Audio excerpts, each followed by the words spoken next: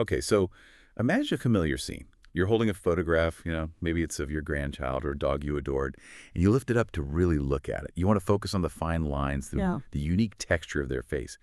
But when you try to lock onto that central image, the place where all the details should be, it's just not there. And it's not total darkness, not at first. It's more of a slow, insidious fade, a kind of central blindness where the outside world is still there. It's blurry, it's moving, but the center of your view is just gone. The very thing that lets you read a newspaper or see the numbers on a clock or even recognize a loved one's expression, it's distorted, replaced by a blank spot. This loss of central vision, it is just devastating because it attacks your independence, your connection to people. We actually have the story of one patient, Sheila Irvine, who described what life was like for her. She said, before receiving the implant, it was like having two black discs in my eyes, with the outside distorted. Wow. Two black discs. That phrase, that really captures the sheer weight of this, doesn't it? It really does. It's not just, inconvenient blurry vision. It's the systematic erasure of the things that define how we engage with the world. Recognizing a face, reading a menu, all of it just gone. Absolutely. And what's truly cruel about this particular type of vision loss is that for the longest time, especially for what's known as dry AMD, doctors just had to say, there's nothing we can do. Just sorry we can't stop it or reverse it. Exactly. It was just this progressive, untreatable condition that stole your independence one tiny piece at a time. That's the ultimate feeling of hopelessness, and we're talking about a demographic that is only getting bigger worldwide. Dry AMD is the leading cause of vision loss in older adults. It's a huge public health crisis. Okay, let's unpack this, because this deep dive is all about cheating that fate. It's a story where we fuse biology and electronics in an adventure that, honestly, the solution sounds like pure science fiction. We're talking about a miniaturized, solar-powered computer chip implanted directly into the eyeball, wirelessly giving people back their central vision. Wait, what? Hold on. Solar panels in the eye. Seriously, that sounds impossibly complex. How bad is the problem we're actually trying to fix here, that we need to engineer something like that? An internal photovoltaic power source? I need to understand what's broken first. Well, the complexity of the fix is entirely matched by the elegant complexity of the system that broke in the first place, the human eye. To get how we can plug in a new electrical sensor, we first need to understand the biological camera that failed. All right, let's pull the lens cap back on the biology then. Okay, so think of your eye like the oldest, most perfect camera ever designed. You've got the cornea at the very front and the lens right behind it. Their job is simple. They're the optics. They focus light, just like on a really high-end camera. Bending the light just right, aiming it perfectly. Precisely. And they have to be precise because all that light is being aimed at the sensor, the retina. The retina, right, the transparent nervous tissue at the back of the eyeball. Exactly. If the lens is the optics, the retina is the digital sensor. It's what converts light into electrical signals the brain can actually read. And that sensor is made up of these specialized nerve cells called photoreceptors. You got two main types, rods and cones. And the rods are the workhorses, right, for motion and seeing in low light, mostly handling our peripheral vision. But the cones are the rock stars. They handle the detail, the color, the sharp focus. And where are all those cones packed in? They're concentrated in a tiny spot right in the dead center of the retina called the macula. Specifically, an even smaller part called the fovea. This is the bullseye. It's what you're using right now to focus on these words. Okay, so the photoreceptors, the rods and cones, they catch the light, they absorb the photons, and they turn that light into a tiny electrical impulse. What happens then? So that signal has to get processed and then sent to the brain. And here's where the structure gets really cool and layered. The photoreceptors actually sit at the very back of the retina, which is kind of counterintuitive. Furthest away from the light. Yep. The signal they generate then travels forward through this whole neural network of other cells, bipolar cells, ganglion cells. So there's like a layer of processing that happens right there inside the eye before the signal even goes to the brain. Exactly, like basic edge detection and stuff. Right. And then the axons of those ganglion cells all bundled together to form the optic nerve. Which is our camera's USB cable, the high-speed data cable connecting the sensor to the main processor, which is the visual cortex in the back of the brain. It's a beautiful system. Okay, so now bring in the villains, the diseases that break this camera. Right. We're mainly dealing with two of them, retinitis pigmentosa, or RP, and age-related macular degeneration, AMD. RP is usually inherited, I think. It causes that awful tunnel vision, starting with night blindness and then just closing in from the edges. That's the one. And AMD is the big one for older adults, and it specifically targets the macula, that central, high-detail area we just talked about. And you mentioned there are two forms, wet and dry. Right. Wet AMD involves abnormal blood vessel growth, and there are treatments that can manage it, like injections.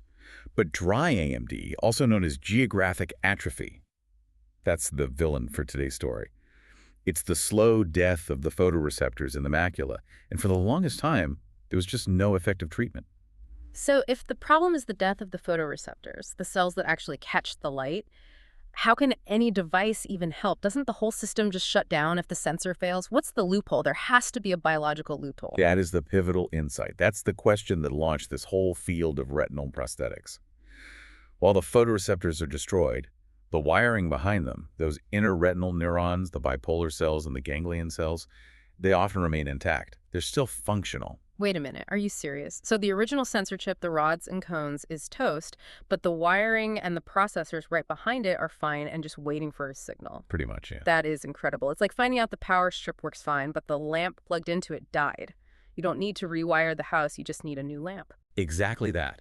We don't have to rebuild the whole pathway. We just need to implant a new artificial sensor that can detect light, create a signal, and then plug directly into that surviving neural pathway. And this is all aimed at giving people with dry AMD their most important details back, reading, seeing faces, people who were told there was no hope. That really grounds the engineering challenge, doesn't it? If you're designing a chip to talk to those surviving neurons, you have to be so precise. Precision is everything.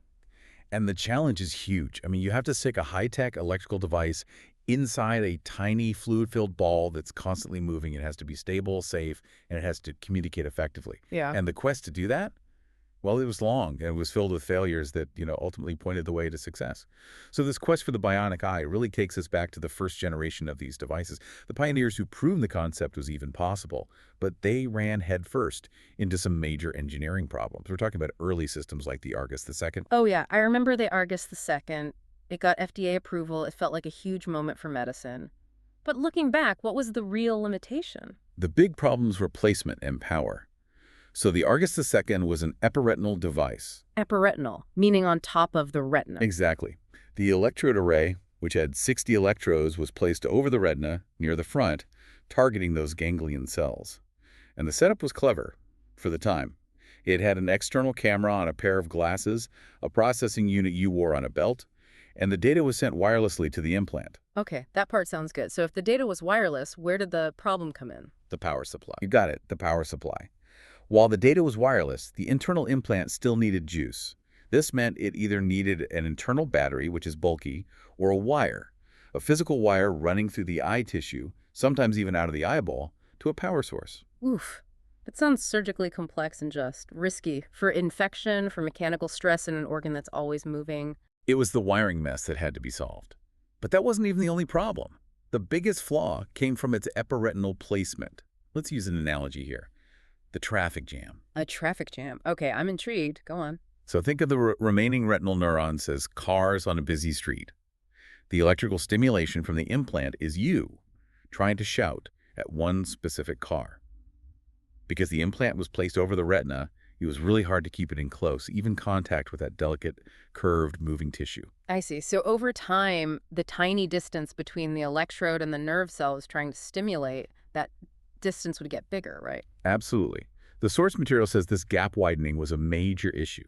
Now, electrically, if the distance between your transmitter and your receiver increases, what do you have to do? You have to crank up the power. The resistance or the impedance goes way up. Bingo. So they had to drastically increase the electrical stimulation current to jump that gap. And that's where the traffic jam analogy really kicks in.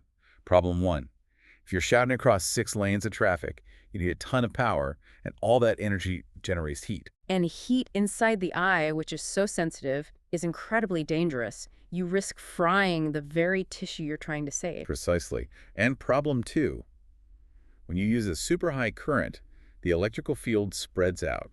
It's not a laser beam, it's a floodlight. So it doesn't just hit the one cell you want, it spills over and stimulates all the neighboring cells by mistake. Correct, which results in blurry, indistinct vision. a traffic jam of mixed-up signals. The resolution was so coarse, you could maybe see the outline of a door, but you definitely couldn't read a letter. That's a perfect illustration of the problem. They proved the concept could work, but the biology and the physics of it, the power, the heat, the targeting, it just wasn't good enough. It was limited by where it was placed and its need for wires. And that failure drove the next big move, Yeah. the subretinal pivot. Researchers realized that putting the implant under the retina subretinal was just anatomically better. It put the device much closer to the bipolar cells, which are part of the eye's natural processing pathway. Sliding a silicon chip under the retina sounds like one of the most difficult surgeries imaginable. But if it solves that distance problem, I guess it's worth a shot. It is. And we saw this with a system called Alpha IMS, developed in Germany. They pioneered this subretinal approach. And crucially, it had integrated photodiodes for direct light detection. This was huge because it meant the perception was linked to where the eye was actually looking. It preserved that natural eye-head coordination. So Alpha IMS fixed the proximity problem by going subretinal. But what about the power? Did they still have wires? They still faced the big hurdles, getting high resolution, stopping electrical spread. But the absolute biggest hurdle, the thing that kept the traffic jam going, was needing any kind of wire or bulky internal battery. It was a tether, a stress point. Here's where it gets really interesting. The field kind of stalled until a solution came along that got rid of the wires and the battery completely. It worked by harvesting energy from the visual scene itself. So they moved from these pioneering but power-hungry and wired-up devices to something completely self-sustaining inside the body, minimizing all those risks of heat and signal blur. This feels like the real leap. It is. And it's a leap driven by solar power. The device that solved this is the Prima System, which came out of research from Stanford University. Okay, so how does this Prima chip completely bypass the need for internal wiring that plagued all the others? It must be a totally self-contained electrical system. That's it, exactly. The Prima System uses a modular photovoltaic design. To really get the genius of it, we need to do the simple explanation. The chip itself is a high-density array of, well, tiny solar panels, pixels. Each one is about 100 micrometers in size. Now, here's the key engineering trick. Yeah. To stimulate a nerve cell, you need to hit a certain voltage threshold. And the normal light inside your eye isn't always strong enough to do that with just one little solar cell or photodiode. So how do they boost the voltage without cranking up the current and making heat? That was the whole problem with the Argus II. They use this clever trick.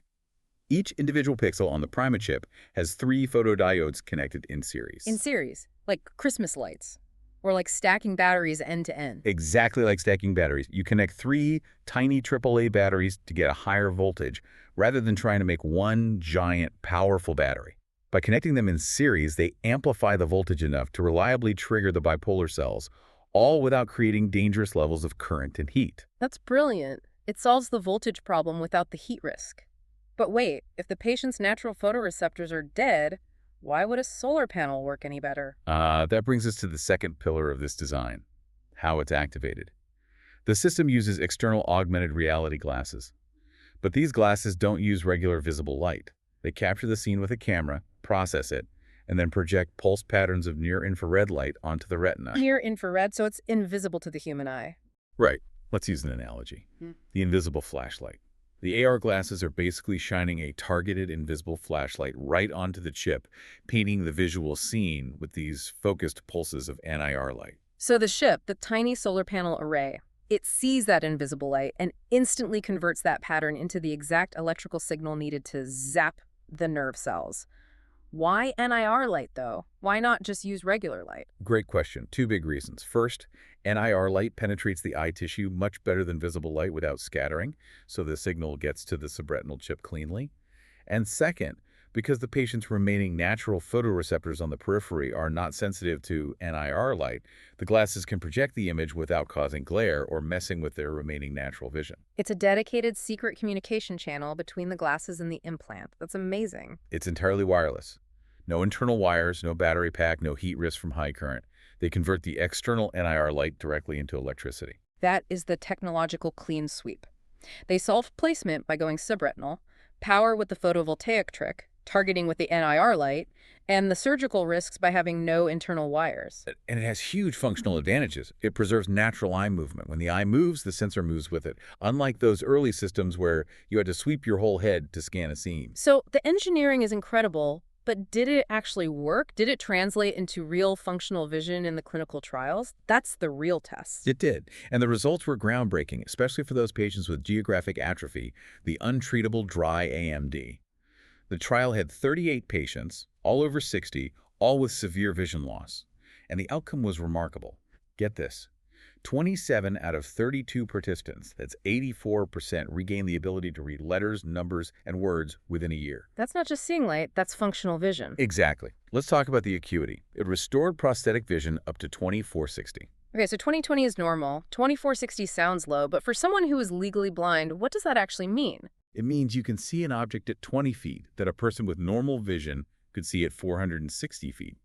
It's still impaired, but it was way better than previous devices, and it gave patients enough acuity to see large letters. More importantly, it proved the system works. But here's the real triumph. Because the visual input is processed by the external AR glasses, they can apply digital enhancements. Like zoom and contrast. Exactly. Zoom, edge detection, higher contrast. With these digital enhancements turned on, some participants could read with an acuity equivalent to 20/42 vision. Wait, 20/42, that's nearly normal vision. That's enough to read a book or a computer screen. Yep. They could read large print, subway signs, manage basic navigation. Mahi McQuitt, who ran the UK trial, summed it up perfectly. He said in the history of artificial vision, this represents a new era. They're essentially augmenting the macula with a better self-powered sensor that works seamlessly with the patient's remaining peripheral vision. That's incredible. And that success, it's not the end of the story. It's really just the foundation for a much larger journey in neuroprosthetics. But first, we have to look at what Prima isn't doing yet. Right. It works, but it's not natural sight. The system is providing meaningful perception, but it's still missing some key qualities we take for granted. The biggest one right now is that Prima provides black and white vision. And not even a perfect grayscale, it's more like basic high contrast. Daniel Palanker, the Stanford engineer on the project, he said that while reading is the #1 request from patients, face recognition is #2, and it's a very close second. And you can't really do face recognition without grayscale, can you? Faces are all about subtle shadows and nuances. Without those shades of gray, a face is just a high contrast outline. Exactly. It's very difficult to recognize naturally. So the immediate challenge is twofold. Really? A software fix for better grayscale and a hardware upgrade for higher pixel density. Let's talk about the hardware. The visual acuity is limited by the number of pixels on the chip, right? Right. The first-gen chips have 378 pixels, each under micrometers wide. That's why they start at 24/60. If you want better resolution, you need to cram more smaller pixels onto that chip. Which is a huge miniaturization challenge. It is, and it's precisely the next step. The Stanford researchers are already developing chips with pixels down to just 20 micrometers wide. 5 times smaller than the first generation. And they're aiming for 10,000 pixels on a single chip, up from 378. Whoa. That is an exponential jump in resolution. Palanker estimates that a chip with those 20-micron pixels could give a patient 20/80 vision natively. And if you combine that 20/80 with the digital zoom from the glasses, you're getting really close to normal functional sight. That hardware roadmap is incredibly exciting. So what does this all mean? The success of Prima, with its photovoltaic cells and wireless activation, it confirms that this kind of seamless integration of engineering into the body is no longer theoretical. It's a viable, real-world platform. And this brings us to the much bigger context of brain-computer interfaces, or BCI. Right, this is the bigger picture. Retinal implants like Prima are just one part of this exploding neuroprosthetics market. Vision restoration is being attacked from like 3 different angles right now. You've got electrical implants in the eye, like Prima. You've got gene therapy. And you've got direct cortical implants in the brain. Let's quickly compare it with optogenetics. That's the gene therapy approach. Right. Optogenetics is a totally different strategy. Instead of replacing the sensor with silicon, it's a biological hack. It involves genetically modifying the surviving retinal cells to make them sensitive to light again. So you're turning the existing biological wiring into a new sensor. You got it. It's shown sustained vision improvements for up to 3 years after just 1 injection. It's very promising. And then there's the most radical approach. Cortical implants, bypassing the eye entirely and going straight to the brain's visual cortex. Exactly. This is for patients whose eye damage is too severe, maybe the optic nerve is gone. If the data cable is broken, you just plug directly into the CPU. The ICVP project, for example, implanted a wireless 400 electrode system directly into a patient's visual cortex back in 2022. And that drive for wireless technology is universal across all these fields, isn't it? We see it with Neuralink, too. Everyone is trying to get rid of the tethers and wires that limited the first generation of these devices. It's the common thread. And if you look at the market, the investment is just skyrocketing. The neuroprosthetics market is projected to hit something like $47 billion by 2033. That growth isn't just because the tech is possible, it's because solutions like Prima Simple, elegant, self-powered, wireless are now scalable and effective. That challenge inside the eye, the need for miniaturization and low power, it forced engineers toward this solar solution, and that breakthrough is now validating the entire field. It confirms that power delivery is still the ultimate constraint.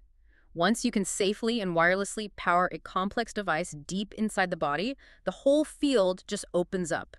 The elegance of the solely powered microchip is the inflection point. So what does this all mean?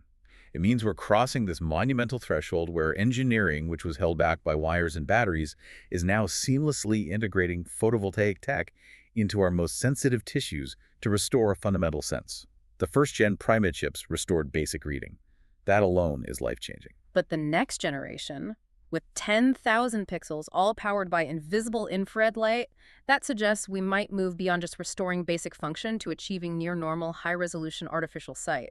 For a condition that was declared untreatable, it's a remarkable fusion of biology and solar power. Which raises one last really provocative thought for you to explore on your own.